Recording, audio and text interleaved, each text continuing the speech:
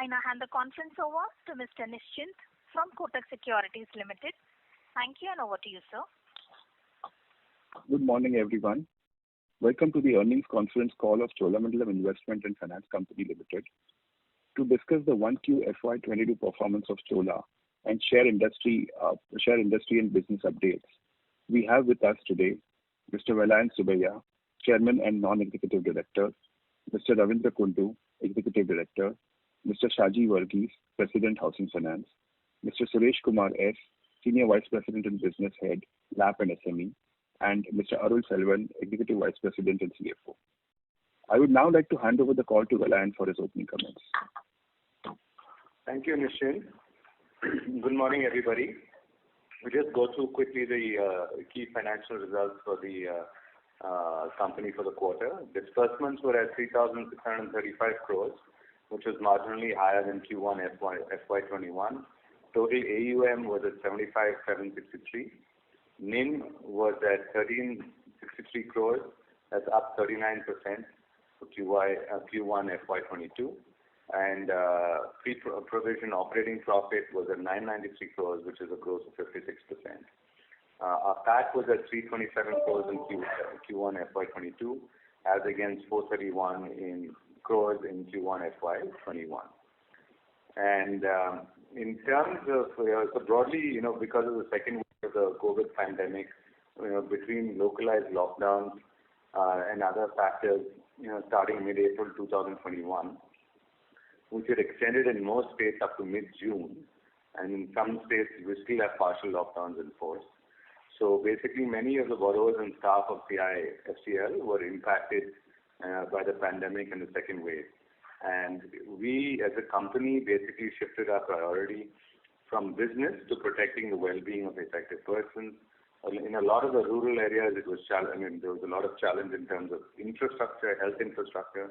So getting everything there, became a priority for the company, including the teams spending a lot of the effort looking at everything from oxygen to drugs, kind of getting anything that they could do to support, both our employees and kind of key people during this whole effort.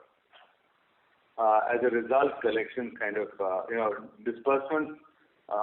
So this basically kind of results in a setback in performance in Q1 on both disbursements and collections. Disbursements were up 1% compared to Q1 FY21, but collections suffered and resulting in an increase in stage 3 assets from 3.96% to 6.79%.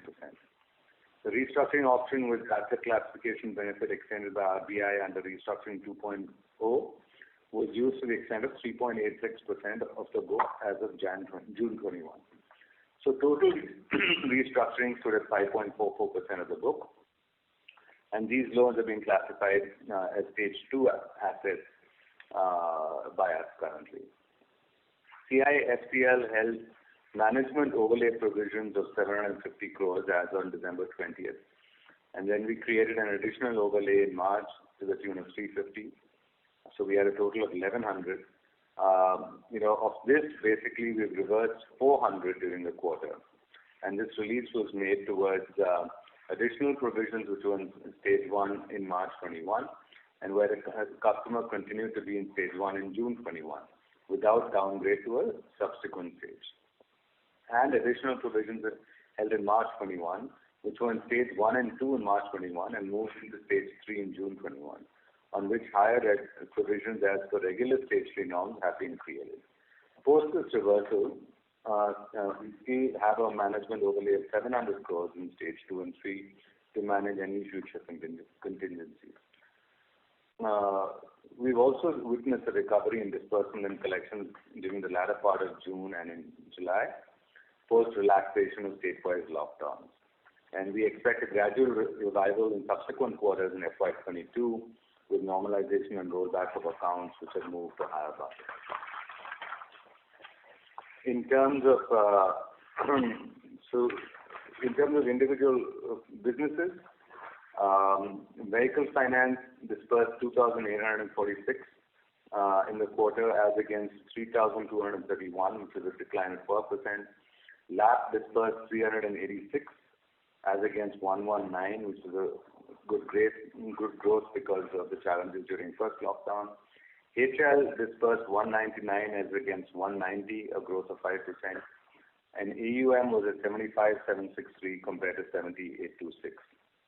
And PAT was at 327, like I just discussed. PBT ROTA was at 2.5 as against 3.5 the previous year. And ROE obviously dropped as a result to 13.5%. We still have a strong liquidity position with about almost 8,000 crores of cash balances at the end of June, which includes 1,500 crores which we've invested in GSEC, which we show under investments, and a total liquidity position of 16,400 crores, which includes undrawn lines. ALM is comfortable. We have no negative mismatches. In terms of asset quality, I think we just talked about it. Gross stage 3 stood at 6.79, and that has a provision coverage of 35.5%, as against 3.34 of stage 3 during June 2020, which had a provision of 41.6%.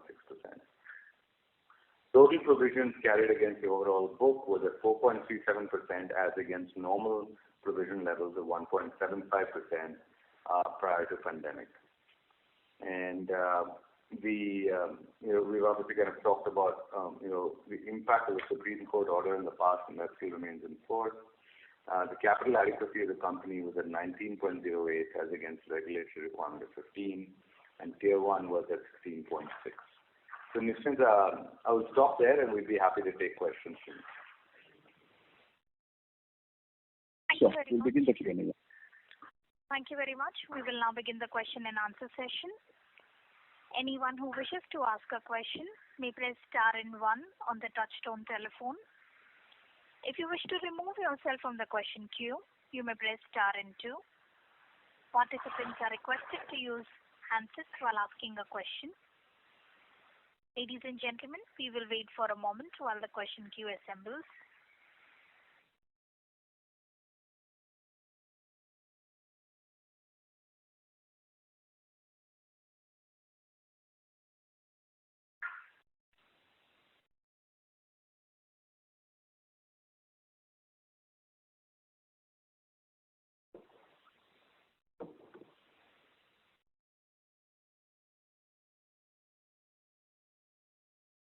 The first question is from the line of Prashant Sridhar from SBI Mutual Fund.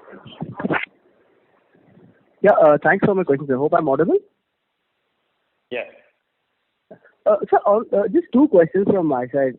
On the vehicle finance book, if you could give us some color on how your customer segment would be dealing with issues like capacity utilization, freight rates, increasing diesel prices, etc. And if you could give us some numbers like stage 2, stage 3 and restructuring in the LAP, SME and home loan segment.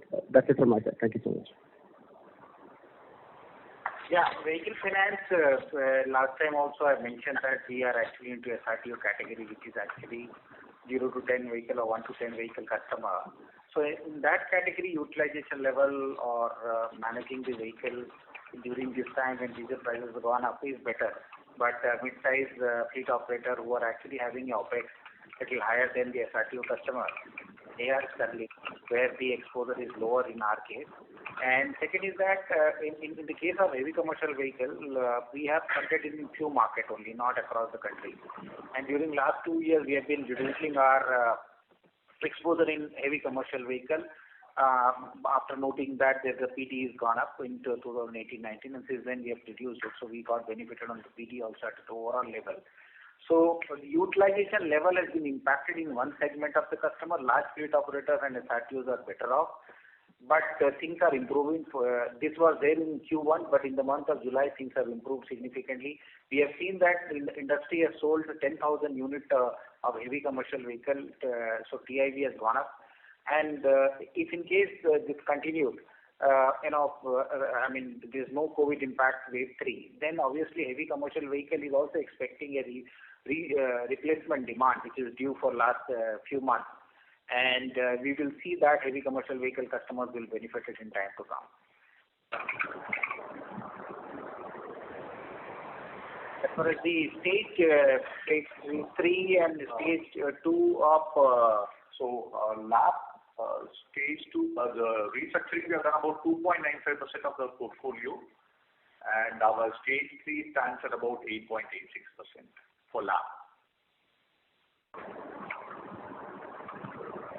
Mr. Sridhar, your question is answered, sir? Yeah. Sure. Yeah.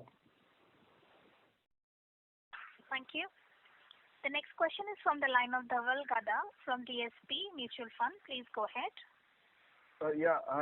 Thanks for the opportunity. I had two questions. First is on the stress increase that we've seen both in Stage 3 as well as higher share of restructured loans. Just wanted to understand, if you look at the moment, given that there was no moratorium this time, you would have expected both Stage 3 and restructured to increase. Curious to know, is the extent lower than what you initially estimated, and by when do you see normalization of this trajectory? And related to that is the second question on credit cost. So you have excess provisioning of about 700 crore. How much would that be adequate enough with the normalized credit cost for FY22? Those are the two questions. Thanks. Hi, Dhaval. Good morning. So I'll just tell you the vehicle finance data so that, and our LAP and HL have done also similar way. In the month of April, we saw 93% of our billing collection efficiency, which went down to 84%, and in June it was 101%, and in July it is 114%. So the stress came in the month of April and May, then after that it has actually started improving. In fact, in the month of July, Stage 2, Stage 3 has gone down as against the June closing. The overall stress is due to in the month of June, when entire country was not operational. Southern part of the country was under lockdown, and part of East was also under lockdown, like Northeast, Orissa and West Bengal. It got impacted. In fact, in the month of July also, we saw lockdown partially applicable in Orissa and WP, and stringent overall lockdown is there in Northeast. So in spite of that, we have seen our collection efficiency has gone up to the level of March in the month of July, and that is a indication that things have started improving in terms of Stage 2, Stage 3. As far as the provision is concerned, we have taken 4.37 at overall book, and our normal provision used to be 1.75. So at this point in time, at the overall book level, we have 3 times of provision. So it is adequate, more than adequate. And the overall stress you would expect? Sorry. Go ahead. The overall stress, do you expect by second quarter we should start seeing normalization, or it would be in the second half of the year? Just directionally, given that the collection trends are quite buoyant.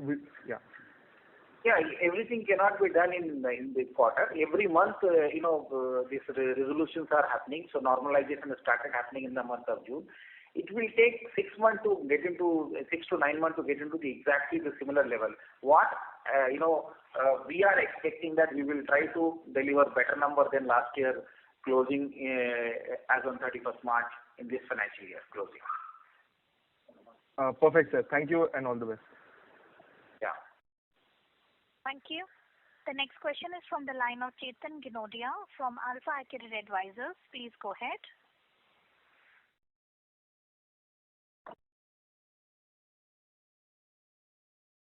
Mr. Chetan Ginodia, your line is unmuted, sir. Please go ahead with your question.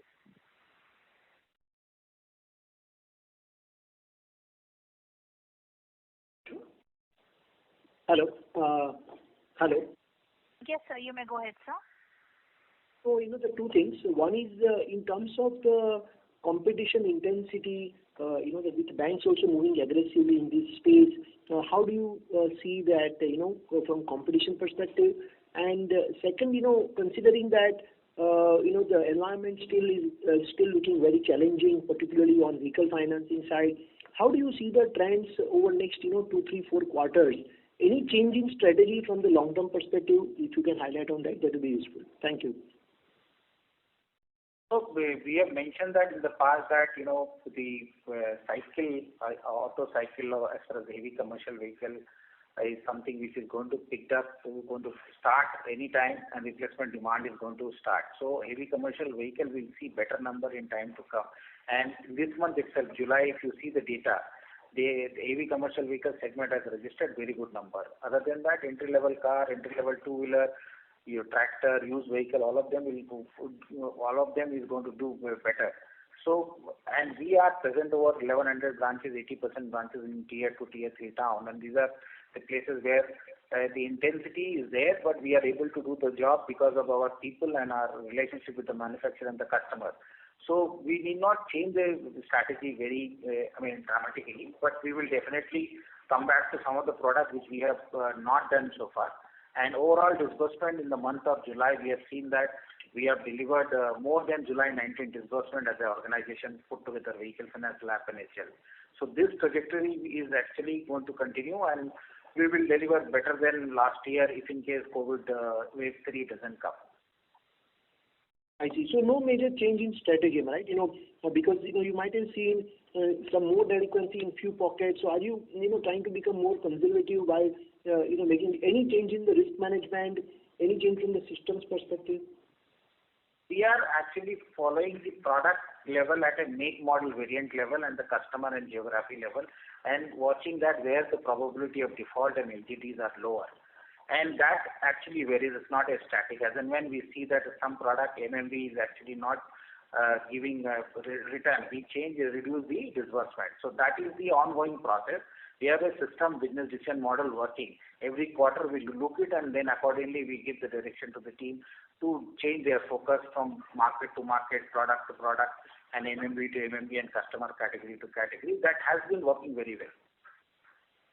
What is your guidance for the full year credit cost? No, it is very difficult to say at this moment in time. Internally, we are trying to do better than last year. That is what we can say.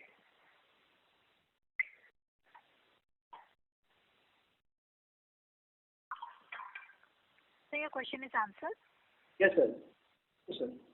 Thank you. The next question is from the line of Manan Tijoriwala from ICICI Prudential Asset Management Company. Please go ahead. Hi, sir.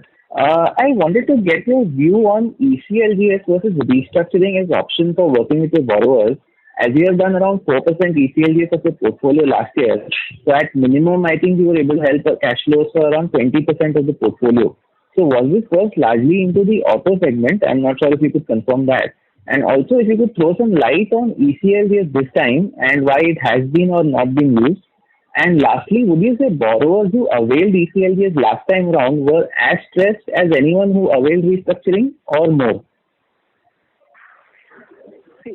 Yes, last year we did a good amount of ECLGS because, obviously it is guaranteed by government, etc. And so we wanted to capitalize on it. Now, there is a cap on what you can do under the ECLGS, and so since we have done quite a bit last year, this year we have kept it to the minimum. This year we have done around 6 crores only in Q1.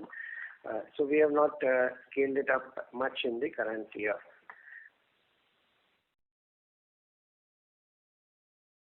ECLG actually we have done 2,000 crore last year. Out of that 1,200 crore was vehicle finance, 800 crore was LAP. In this year we have done only 700 crores.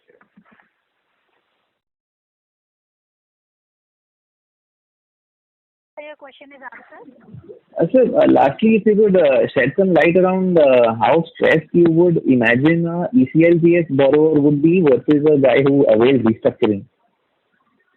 ECLG customers are performing better than our overall. And we don't encourage restructuring for such customers. Yeah, there is no restructuring. There is no restructuring available for you. You can extend.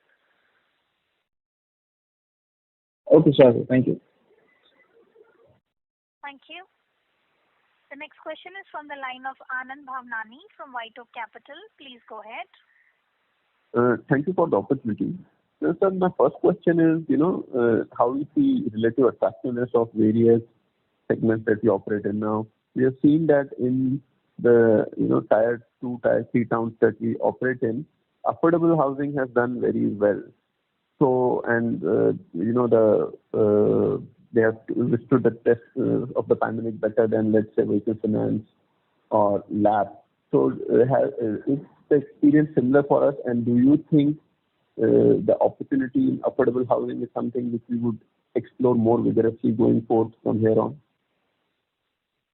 Yeah. Okay. See, while you said that, we have relatively done, we just done 199 crore of business. We understand it's 5% higher than last year, but it's a very small volume.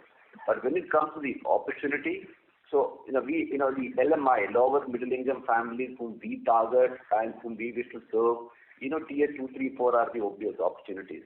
If you ask me, with 4,500 crore, we have just got the opportunity.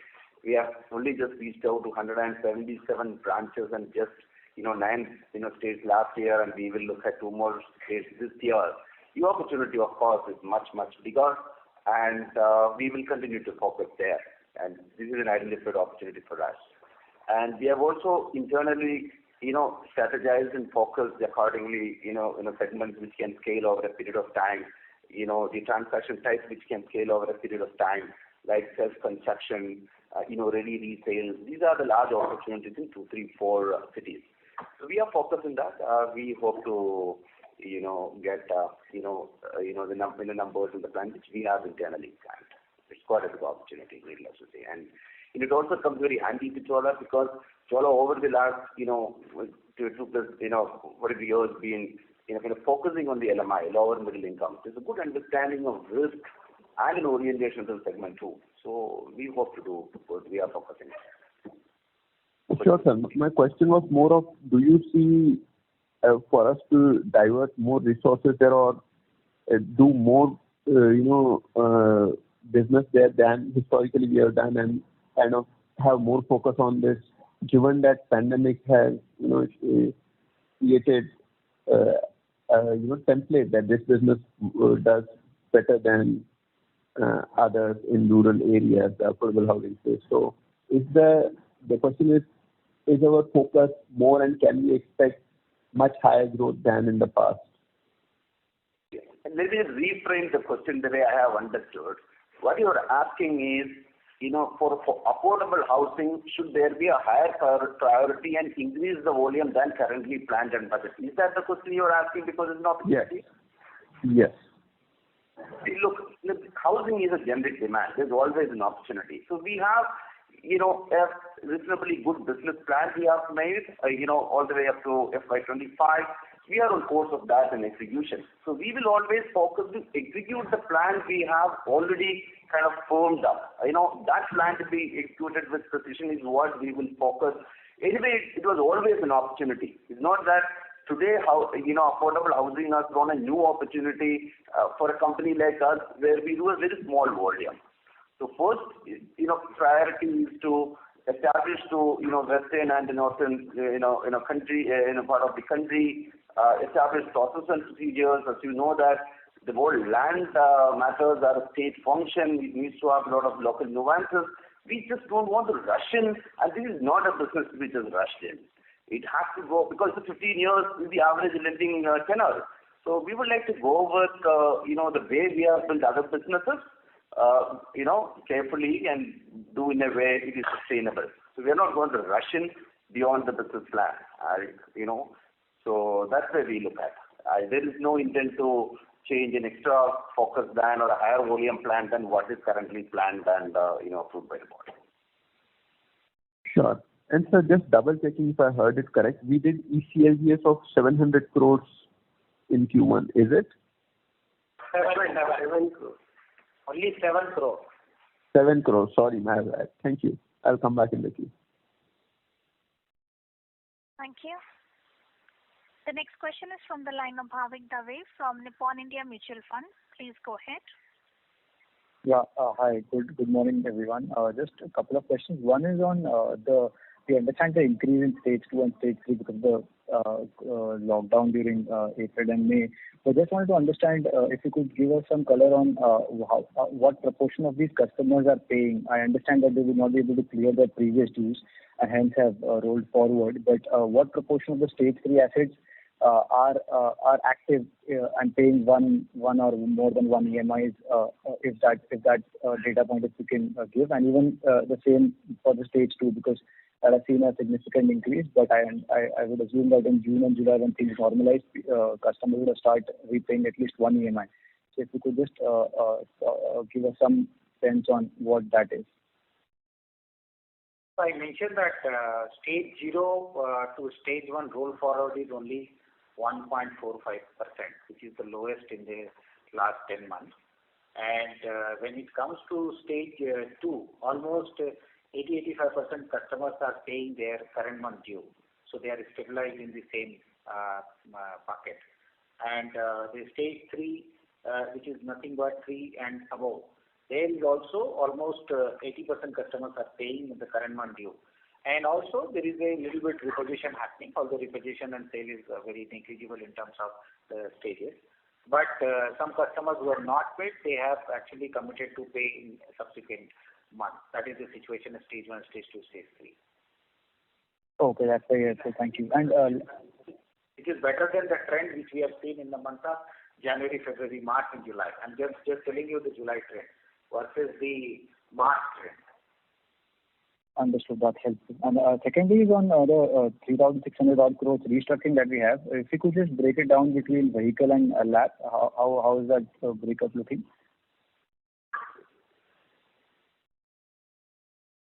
One second. Yeah, sure, sir. And meanwhile, one last question from my end is on the NUE investments that we have done and the Vishwakarma consortium. If we can highlight what is the roadmap or what is the thought there? What are we planning to do there, if at all? Anything which we can add? Thanks. Right now, that's a wait and see, right? Because basically, the RBI has to kind of declare who they're going to, which of the consortium they're going to give a license to, and that they've said that they will do in September. So till they do that, there's nothing for us to do. But obviously, if they do announce that in September, then we will kind of come out with a more detailed strategy in terms of what Vishwakarma's kind of approach is going to be. Perfect. And there's some sense that it may be delayed, but we have to see. We can't dictate when that's going to happen. So in the stage 2, it is VF is 2,250 crores. Balance is restructuring 3,600, 2,003 crores is vehicle. Okay. Thank you. All the best. Thank you. Thank you. The next question is from the line of Shubhranshu Mishra from Systematix. Please go ahead. Hi, sir. Thank you for the opportunity. And I just wanted to understand what kind of disbursement numbers are we looking at for the full year? What kind of run rates can we look at going forward? It was very healthy to understand that we are pretty much at July 19 targets. But how can we model that going forward? That's the first question. Second question is, we had tightened our credit filters during COVID. Have they been eased out in this particular quarter? And what kind of rejection ratios are we looking at right now versus FY21 versus FY20 in each segment, vehicle finance as well as LAP and in home loans? And if you could give out the LGD PD assumptions for the LAP segments, which is LAP Delhi, LAP Tamil Nadu, sir. Thank you. See, disbursement numbers, we don't give any forward-looking statements. What you can assume is whatever is the assumption on the industry growth, you can assume that we will be 5-10% better than the industry. That's how we have been our past trends, and that we will maintain it in the current trends also. Regarding credit filters, I will request Ravi to answer. Before that, the LGD PDs, we don't give individual sub-product, and you are asking even geography level. We don't share it in the public domain. Yeah. Right. So, as I mentioned that in the vehicle finance, we have the concept of using the business decision model, which is we have got 4 variables. One is a product, then make, model, variant, then customer category, and for the LTV, what is going to be the probability of default. We have tightened that in the last year by launching the Gen 4 model of underwriting tool, and that's the reason our roll forward rate, even in the bad time like in July 2020, 21, we have seen that our bucket roll forward or stage 1 to stage 2 roll forward is 1.45%. Early default and non-starters are actually started showing up in downward trend. So from the portfolio behavior point of view, we have done better. Our PD, as you asked, although we don't share the PD at a product level and geography level, but just to give you the whole PD, LGD and theory of the ECL, the PD of the stage 1 of the pre-COVID level has come down in the COVID year. So last year PD has come down as compared to the previous year, and stage 2 is slightly gone up, but LGD has improved. So in spite of bad time, our PD in stage 1 has improved, slightly stage 2 has gone up, but LGD is actually improved. So that is the outcome of the underwriting mechanism which we are using it on all three businesses. The PD. Hope I have answered. Yes, sir. Yes, sir, you did. Thank you. If you could give some amount of regional perspective into the LAP portfolio, which portfolio is behaving better and maybe where we are lagging, especially in the Tamil Nadu market, in the NCR market, and in the MMR market. If you could give out these three particular geographies, sir.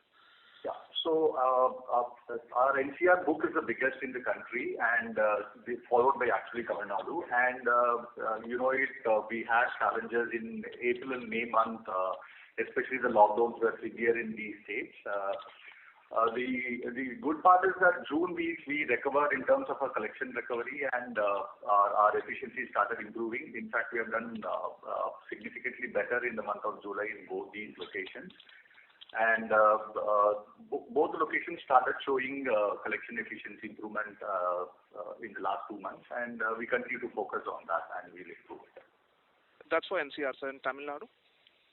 Yeah, that's what I'm saying. So both the locations is a top priority because these are the two biggest books for us in the book, in the biggest regions in the book. So Tamil Nadu, as you know, April was better because the lockdowns were not there, but May the lockdown started, but then quickly we recovered as a state itself. So we are seeing significant traction, especially in the month of July.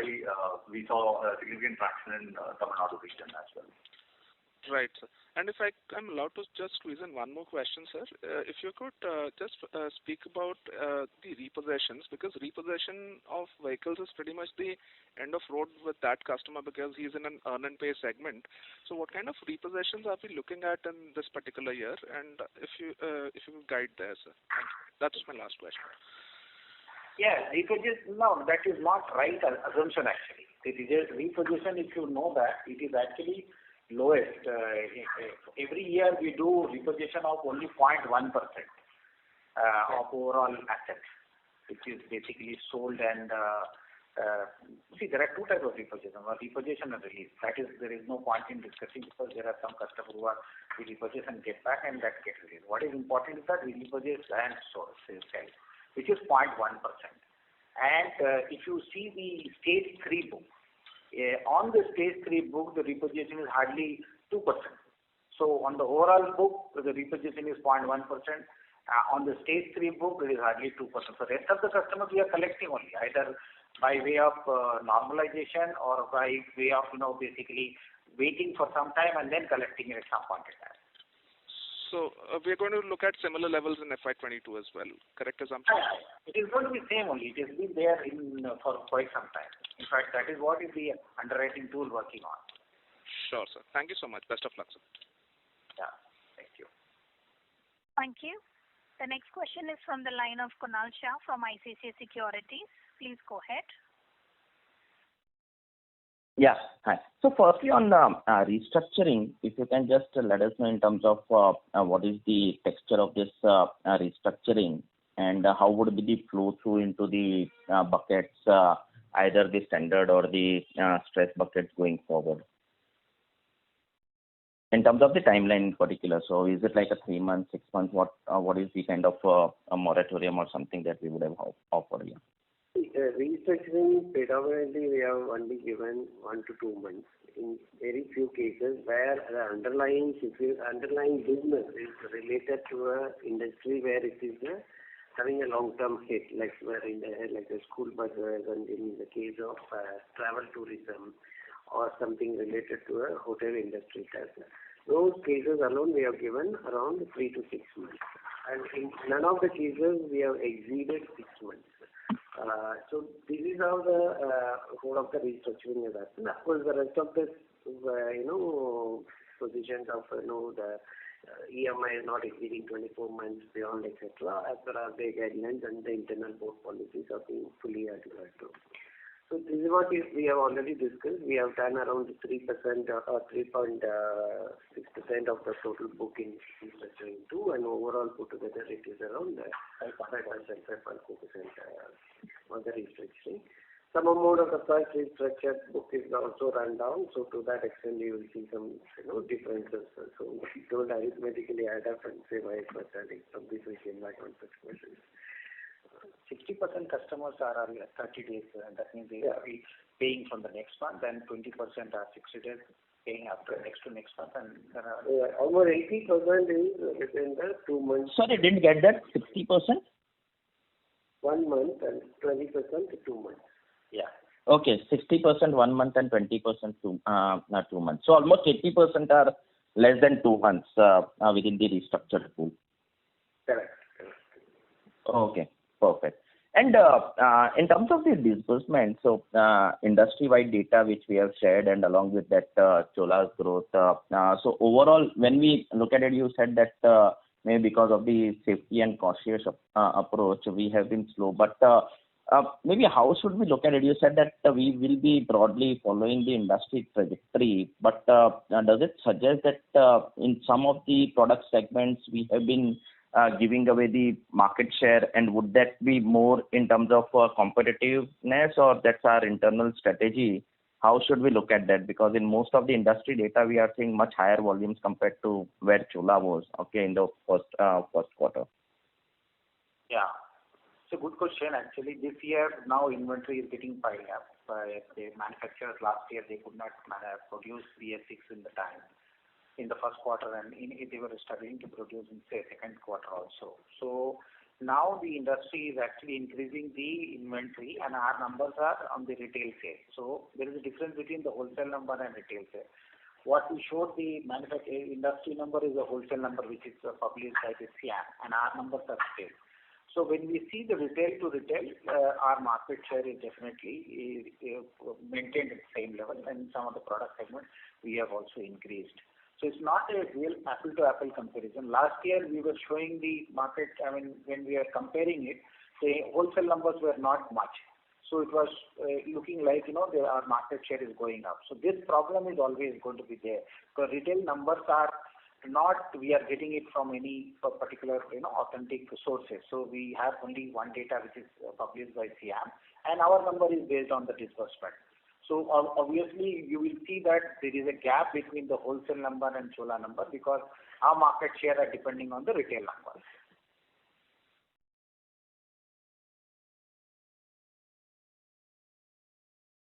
Thank you. Ladies and gentlemen, please limit your questions to one per participant. Should you have a follow-up question, would request you to rejoin the queue. The next question is from the line of Sunil Kothari from Unique PMS. Please go ahead. Thanks for the opportunity.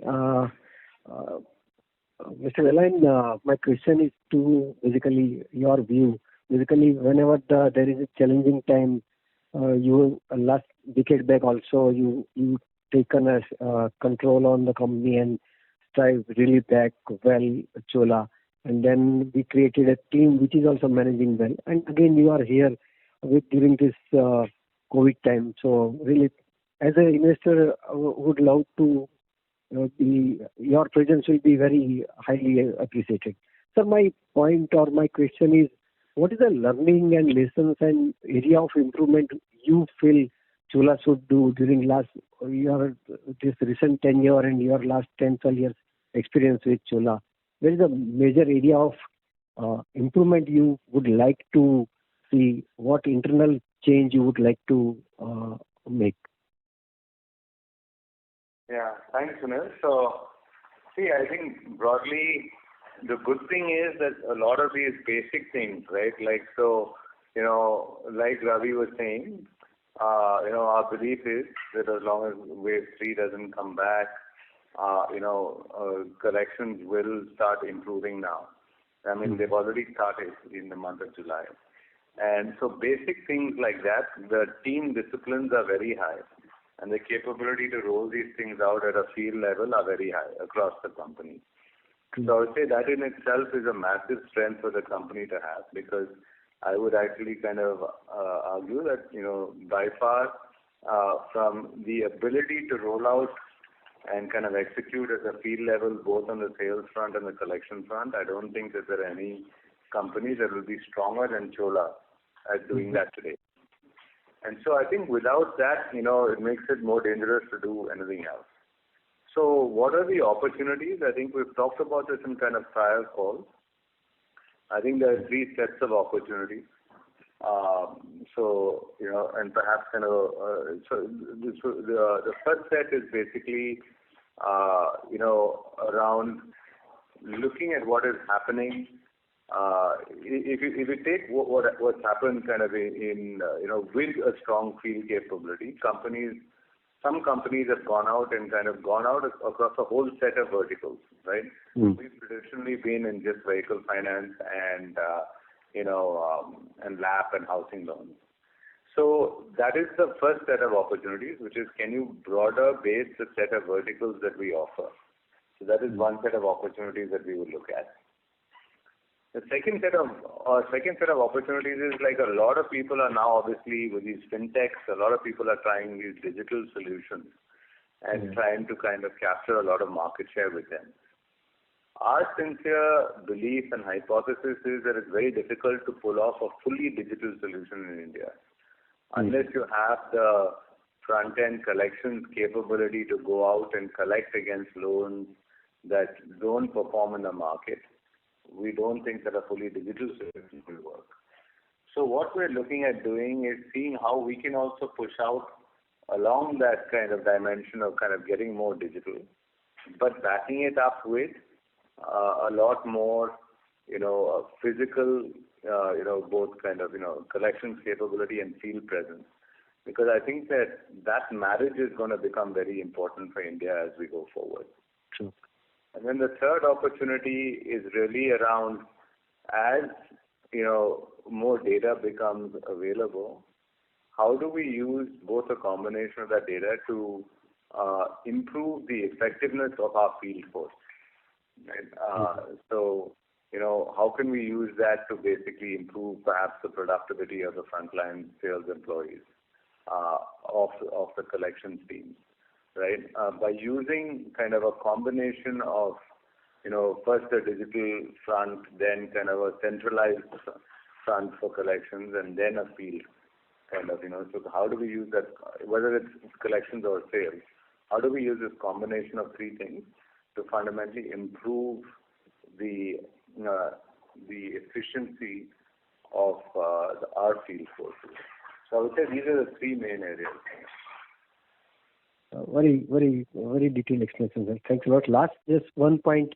So looking at this easy availability of capital because of this fees and easy money flowing from outside, then technology, then fintech, you feel any structural shift towards lower NIMs maybe over next 3-5 years, or you feel there is enough opportunity to maintain this type of 6.5, 7.5 range of net interest margin, which Chola is making since last almost 10 years? Yeah, I don't think the digital players are the ones that will cause NIM compression, predominantly because even with these NIMs, most of them are losing money, right? So, I think that it will be a while to basically kind of see if they can lower, because their approach is not to get customers by lowering the NIMs. As a matter of fact, I would say half of these guys out there are lending at higher yields than us.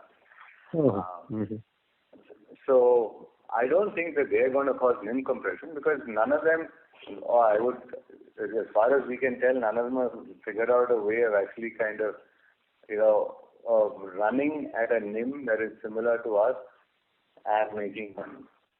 Right. So I don't think that that's going to happen in the near term. Right. Most of them are at higher yields, start off with a higher NIM, and then basically, some very few. I think there are literally like 2 that are making money in the country today.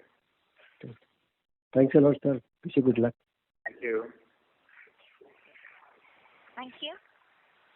The next question is from the line of Anand Bhavnani from White Oak Capital. Please go ahead. Just wanted to understand a bit more from a 2-3 year perspective. What is the potential for us to, use the existing branch network for home loans and expand the LAP franchise? So out of 1137, I see in the presentation we have 359 co-branded LAP facilities with vehicle finance and 144 home loans co-branded with vehicle finance. So how much of the existing vehicle finance network can be used for these two, and or what timelines?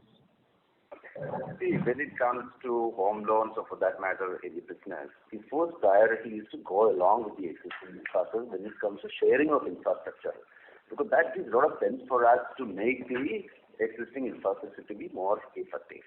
But when it comes to individual businesses, mortgage business, we will also look at the opportunity in that market. Now, for home loans, we have already reached out to 177 branches. So opportunity exists everywhere. But yeah, we also need to look at our internal, capacity and, execute with the way it is planned. So we will. The first priority always will be to follow. And even for 177 branches, except around 30 branches where we don't have physical space, hence we were forced to have a separate branch. Otherwise, we are coexisting. The same infrastructure, separately identified, workstations and teams. That's how we operate. And that will be the approach which will make the business much efficient and smarter too. Yeah. It will also help even employee induction and so on and so forth. So yeah, opportunity is much larger, as I said. And I think previous somebody else had also asked. We have a plan to expand and cover larger markets to serve larger, customers. So we will go ahead with that plan. We have a, reasonably firmed plan in that direction. Okay. And in terms of the relative share of book coming from each of these segments, how do you see this evolving? Like 3 years out, would the ratios be similar, or do you see one going faster than the other? Any broad sense you can give us? Frankly, I did not really grab the question. If you're asking, all businesses got different business plans. Okay, so always business looked up, we have an internal capacity, whether are we able to make use of the internal capacity to the fullest extent. This is not about between businesses. Auto loans are very mature, large-scale business. Okay, and home loan, which is reasonably a new business, it will take longer time to kind of catch up there. So for a small, new business like home loans, what we look at is what is the capacity built up, against that are you able to deliver? That's the way we will look at, and not on a share between the business. I hope I have answered right. And the way we don't really co-originate businesses, because customer segment is different, the purpose of the lending is different, the nuances are different. So we don't really team. So all businesses got own origination, underwriting, risk management, customer service capabilities, just that we share the physical infrastructure. I hope I understood the question right and answered it right. This is what you are looking at. Yeah, sure. So I understand they are planned independently, and the growth rates are actually more of endogenous. There's no explicit growth target you have, if I understood you correct. So they grow at their pace, and then eventually they form a percentage of the book. There's no top-down target that we want to have a percentage of book in home loans or LAP or something like that. So is my understanding of your answer correct? Correct. Yeah. And secondly, sir, in our home loan book, what percentage of the book would have credit-linked subsidy scheme, the Pradhan Mantri Awas Yojana? So what percentage of our book or what percentage of our customer would be having that subsidy availed? See, around 12% of the base has availed in a PMAY. In Q1, the 13.74 crore of subsidy we have received, and last year we had received 21.39 crores. So that's the PMAY penetration. Thank you. The next question is from the line of Abhijit Tibrewal from Motilal Oswal. Please go ahead. Yeah, thank you for taking my question. My first